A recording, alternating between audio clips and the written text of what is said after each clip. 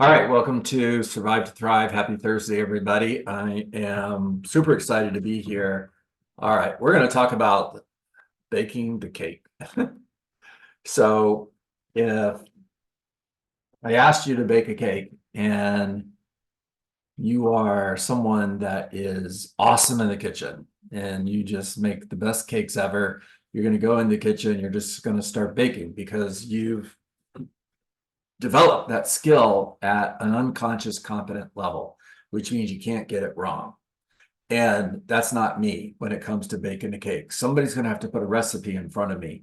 Now, if they do put that recipe in front of me and I follow part of the recipe, but I shortcut it and I leave a couple of ingredients out, the cake is still going to suck.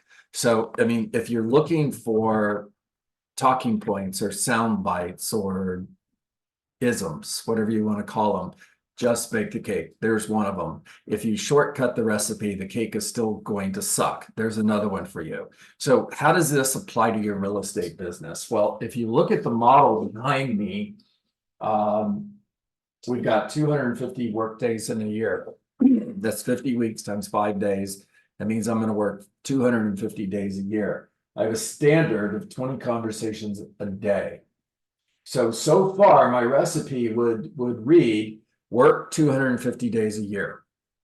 More specifically, it would read time block 3 hours every day, 250 days a year for lead generation. There, that's an actual better recipe. Now we're working towards baking a really good cake that's going to be delicious, and we all want to eat it. Now, the next part of the recipe would say have 20 real estate conversations every day, not 19. If you are at 19 and you're like, gee whiz, I'm close enough, I think that's going to be okay for today. You didn't have the 20th conversation that could have been $1 million listing, Debbie, and you didn't get the listing because you simply didn't have the conversation. And the scariest part about that is you're never going to know.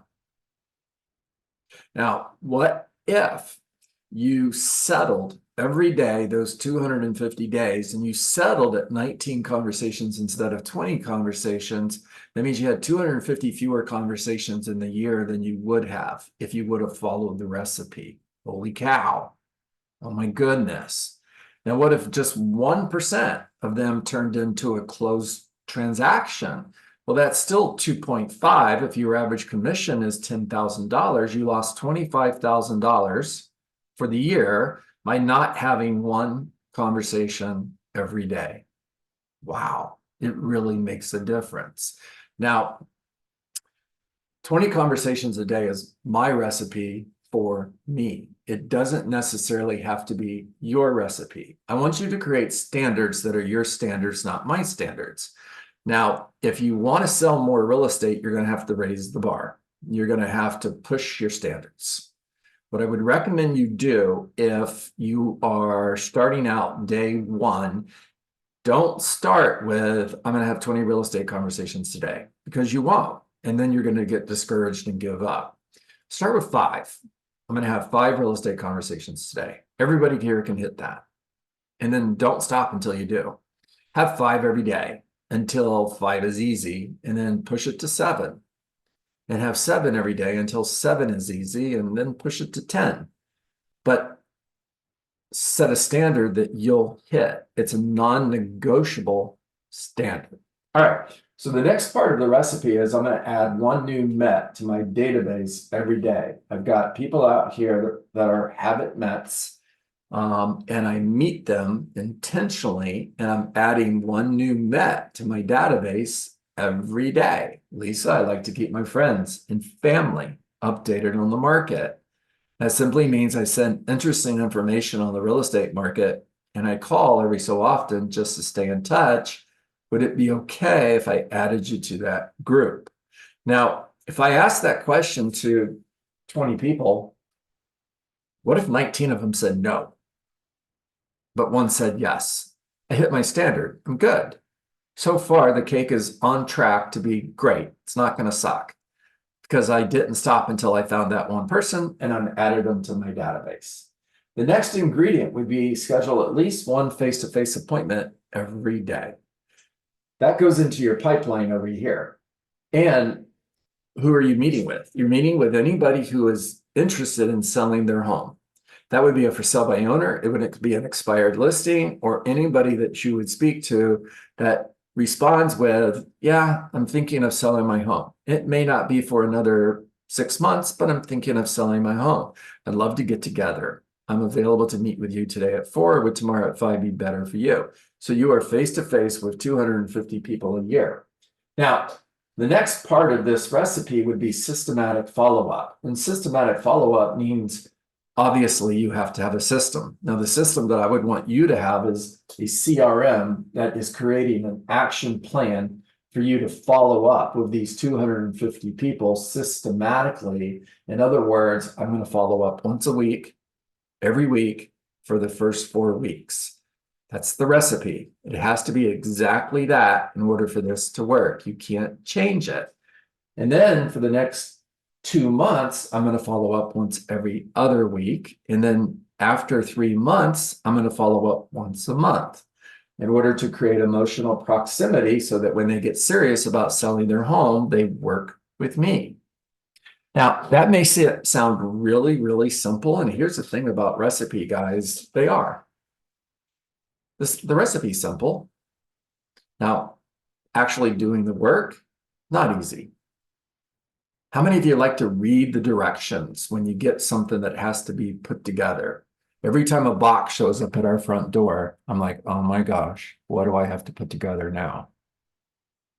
How many of you remember when your kids were little and the night before Christmas, you're like dreading, oh my gosh, I got to put all of this crap together.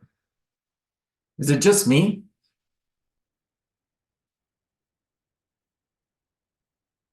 No, not just you. You were not alone. Hey, side note, and this is totally a bunny trail, but those of you who have children and you remember Toy Story, remember Buzz Lightyear? Yeah. So what was one of the things that Buzz Lightyear said? To infinity and beyond. Okay, that and awake and ready for, I forget, but it was something like that. We forgot too. Yeah, awake and ready for action.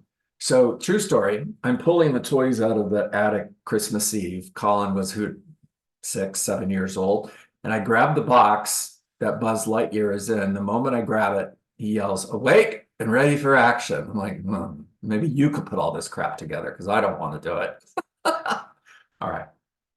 Nobody's laughing. I thought that was funny. All right. So I did what I normally do. I went to one of my. Jeff. We did. It's just we're muted. That's why. Oh, that. Well, there We you go. left. Thank you, Belly. Thank you. I appreciate that. You're not supposed to laugh at your own jokes, but oh well, I do. So I did what I normally do. I went to one of my favorite authors, and I wanted to see what he had to say on this subject. And here's his message. By the way, Andy Andrews, The Little Things. Grab that book. A little thing like a 16th of an inch. Almost can be a dangerous concept. It allows exclusion, financial loss, even death. Do not be deceived. Almost to safety is not safe. Almost straight is not straight. He tells a story about when he was younger and he and one of his friends got into a boat off the coast of Gulf Shores, Alabama. And they're heading out into the Gulf to go fishing. And they have a compass and a GPS, and they set the location they want to go to. Except the GPS, it's a lighthouse or an oil rig. It's an oil rig they're going to fish off. Except the GPS was off by 1 degree. 1 degree. And the further out they went, guess what happened? The further off course they got. And they got to the distance where they should have seen the oil rig and nothing in sight. Now it's nighttime and they're in a smaller boat and only has so much fuel. And they're starting to panic because they should have seen this oil rig by now. And eventually they turn around and they start heading back to shore. Now, you don't have to be right on track. Fortunately, you have a compass. You're just going to head north to go back.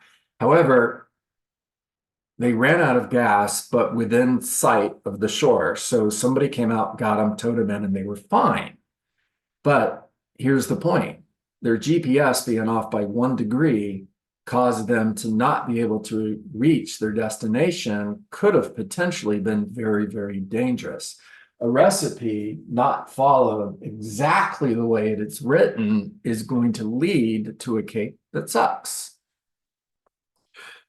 All right, today when I encounter people, this is Andy talking about people that he will meet at events, and he goes on to say, when I encounter people who are discouraged with their progress as they start a new endeavor or embark upon a new set of goals, I sense that most of them are attempting, pay attention to this, really important, most of them are attempting to create the big picture all at once.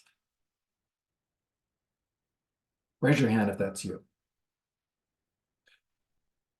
Raise your hand. Here, I'll be nicer. Raise your hand if you've had days where you felt that way. Yeah. I think we all have. Thank you, Hilda. Thank you. Because I agree with you, right? I started on this new adventure that I'm on a year ago, March, and I had this vision, I still do, of what this was going to look like. And it didn't take me long to realize this is going to be harder than I thought. I had those moments where I started to second guess myself. We all do. Mhm.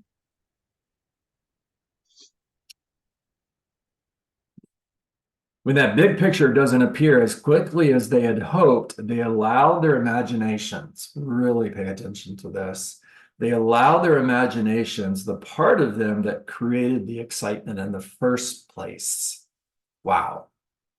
So your imagination created this dream, it created this vision that you're excited about, and then you start the journey and things aren't going exactly the way you thought that they were going to go, and your imagination starts telling you why it isn't going to work. And that same imagination that fired you up in the beginning is pulling you down when you don't see results that you thought you would see by now. Instead of imagining how great everything is going to be and thinking of new methods they can employ to make it so, they imagine all the reasons nothing will ever happen. Raise your hand. Have you ever done that? Me too. They become discouraged. Ironically, the discouragement affects them physically. Boy, that's important. Pay attention to that. And actually become less likely to do the things crucial to creating the life of their dreams.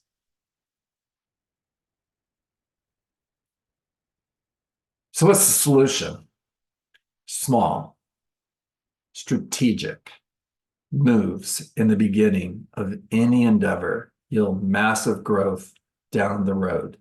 Your life's compass responds to the same principles and yields the same measure of movement as the compass on a boat. Small moves can equal great gains. In fact, when small moves are repeated consistently, follow the recipe. Over time, you'll one day look up and realize you've traveled all the way from where you were to exactly where you always wanted to be. Guys, I'm talking to you. Pay attention. Hey, John, what was the name of that book again? I missed it. The Little Things by Andy Andrews. The Little Things. So I've been teaching this for as long as I can possibly remember, and it's ignore the results, focus on the activities. The opposite of that is focus on the results and ignore the activities. When you focus on the results and ignore the activities, number one, you're not going to get the results that you want as fast as you thought you were going to get them, and you're going to become discouraged. and you're going to be tempted to give up, to quit. Number two, when you're focused on the results and not the activities, you're not doing the activities that lead to the results. Let's say I want to lose 20 pounds. And the activities, by the way, that would be a good thing. The activities, Debbie, are I'm going to walk 3 miles every day and I am going to set standards for my diet. Okay, so let's say one of my standards is I'm not going to eat anything after 6 p.m. In other words, no late night munching. Who has a problem with that other than me? So those are the activities. Simple. Here it is. Walk 3 miles every day. Set standards for eating, including I'm not going to eat anything after 5 p.m. Easy. Now, every day when I just focus on those activities, I ignore the results. In other words, I'm not jumping on a scale every day to see how much I lost. I'm just focused on the activities. Number one, can I succeed every day?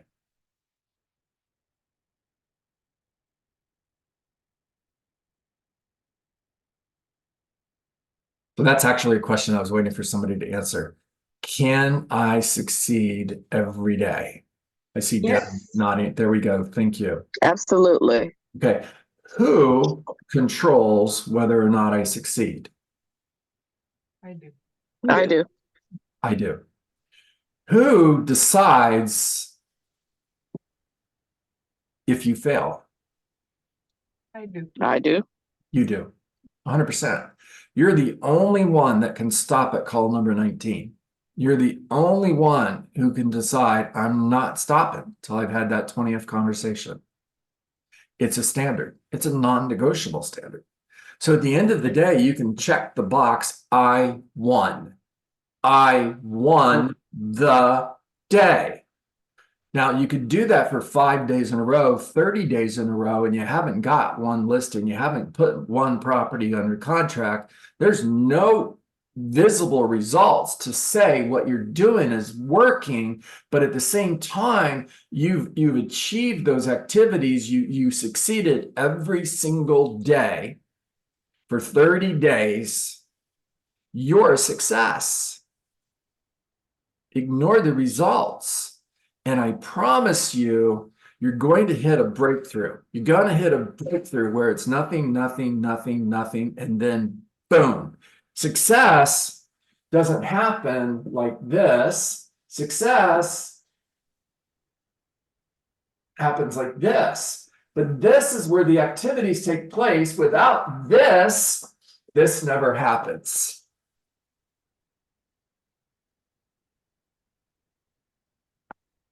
All right, I hope, I pray that you guys got this message today, that you apply it to your life and build the life that you were born to live.